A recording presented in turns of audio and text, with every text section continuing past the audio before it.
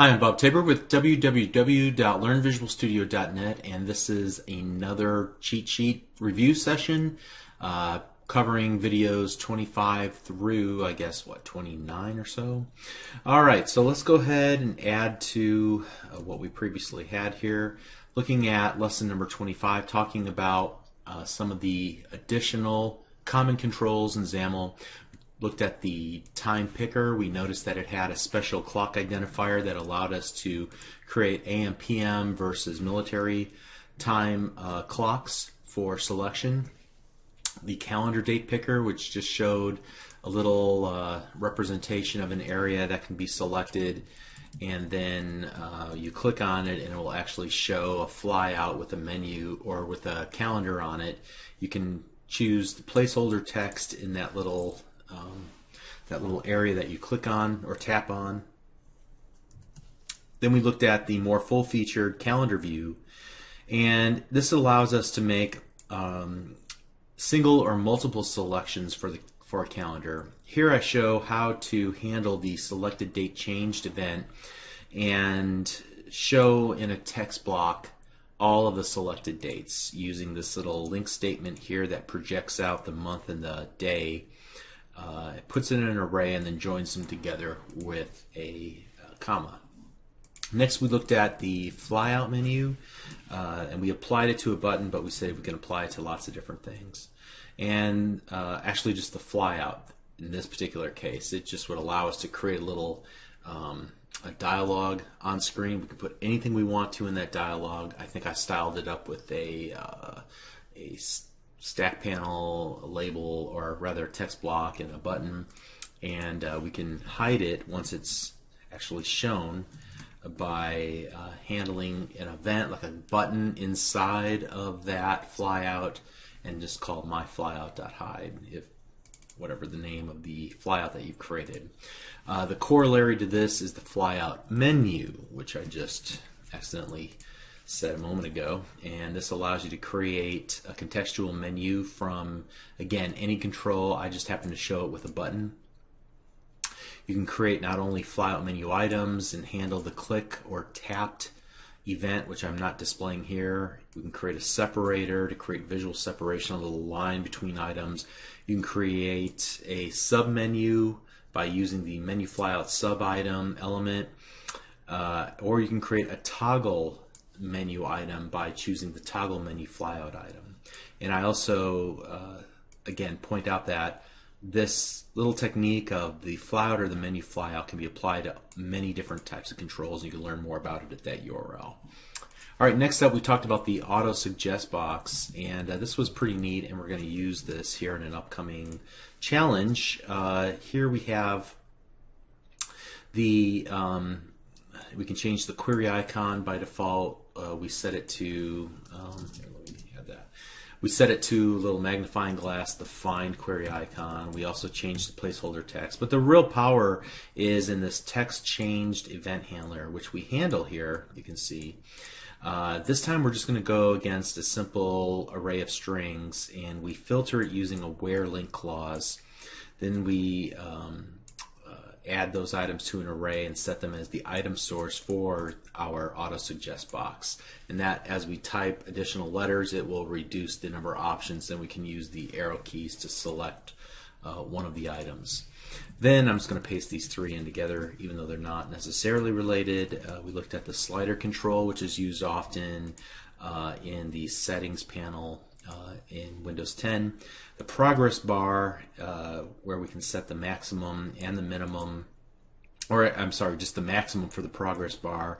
Here I created a binding statement. We'll talk about xbind a little bit later. We bound it to the slider value so that when we move the slider, we were also moving the progress bar.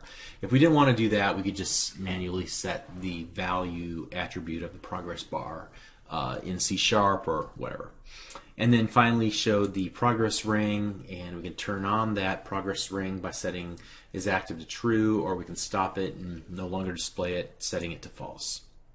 Alright, next up in the next lesson we talked about the scroll viewer, and this is going to be a crucial item as well. It allows us to add a number of items that are that don't display in the current window size, and give us scrolling ability horizontally and vertically to look around that window.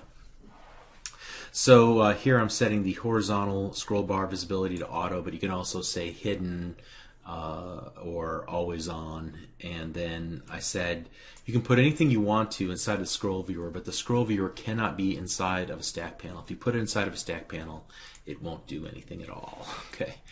Next up, we talked about the canvas and shapes. Let me just paste in the first couple. Well, let me just paste in the whole thing here.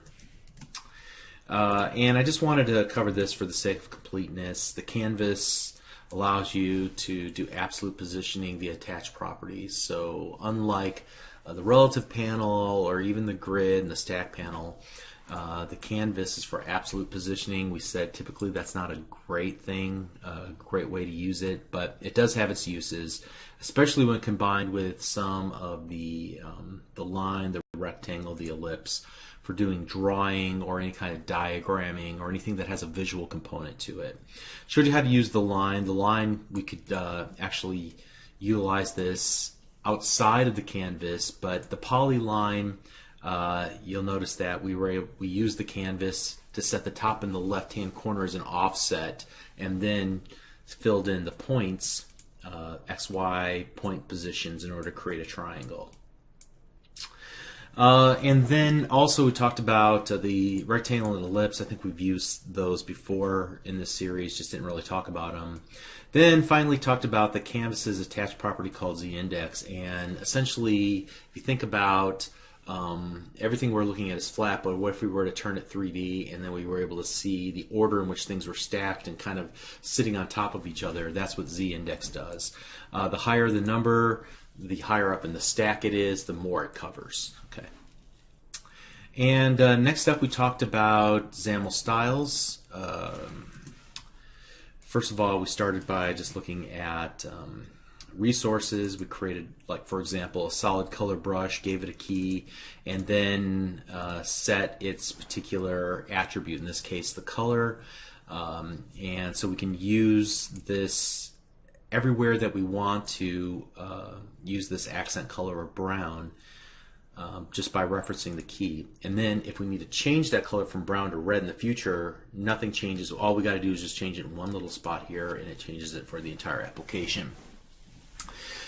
Styles are kind of like those resources on steroids. They allow us to set multiple attributes all at once by giving it a key and identifying a target type. So this particular style is generated specifically for a button. Now the way that you actually apply these things is through a binding statement, and the binding statement will look like this, where you have the open and closing curly braces, the word static resource, and then the name of the resource. So it could be the style key or the resource key, my brush or my button style. And then we talked about creating these resource dictionaries at multiple levels, at the page, at the application, but then also we said you could create a resource dictionary file. I showed you how to do that by going to the project, add new item, and then resource dictionary was one of the options there. So we added a new file called dictionary1.xaml, and then we defined a solid color brush there and used it in our application. And the way you use it is to merge those resource dictionaries that you define together. In this case, not only did I add the dictionary1.xaml to this particular page, but then also one I'm not displaying on this cheat sheet called dictionary2. And then I can, in the rest of the page, reference any of the styles that were created either at the page, the application, or any of the two resource dictionaries that we have. And resource dictionaries, again, help us manage lots of styles. We can reuse them in multiple projects. They're great for organization, things of that nature. And then finally, we just talked about themes. Let me give you a nice URL for learning more about theme resources. Essentially, if you find something that is a binding statement with theme resource, you can take a look at that style, by putting your mouse cursor on it, hit F12, and that'll open up a file called generic.xaml. And so we saw where there were a couple of different styles that we could choose from that would allow us to utilize the colors, the theme colors that were selected by the user, whether on the desktop or the phone or even an Xbox One. In addition to that, we can also request a theme. We saw how by default our application requests the light theme, but we changed it to dark and saw what the impact was. However, in all cases regarding themes and styles, high contrast themes will override because it's really a usability issue. Finally, we talked about the fact that there are lots of different themes, not just for colors, but then also for things like font styles. And so to illustrate this, we went to the properties window, went to the style property, clicked the little designer. It popped open a contextual menu that allowed us to select from several styles that were predefined. We chose the header text block style and some of the others, and we saw how now it shared this, our text block shared the same style as other items that we would see typically in Windows 10. And then finally, many of the styles that were defined in the generic.xaml had this based on attribute that kind of created a baseline style, and then there would be styles that derive from that style based on that original style, and then add or change some of the attributes. So it's very much like cascading style sheets in a sense. And if you're familiar with that in web development, this should feel pretty similar. Okay, so quick review. Hopefully all those concepts make sense, and we're moving on and continuing to add complexity. You're doing great. Hang in there. I don't know that we're about halfway done yet, but we're getting close. All right, so we'll see in the next lesson where we start moving on to some advanced content. See you there. Thanks.